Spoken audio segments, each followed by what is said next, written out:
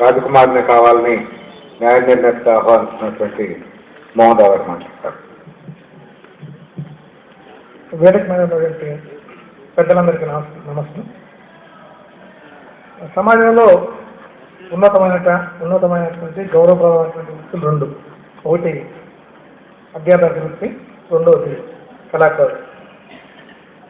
ఎందుకంటే మరి ప్రజల మనసులో శాశ్వతంగా నిలిచేది, ఎక్కువ కాలం మనుగోడు సాధించింది మరి అధ్యాపకుడు, కళాకారుడు.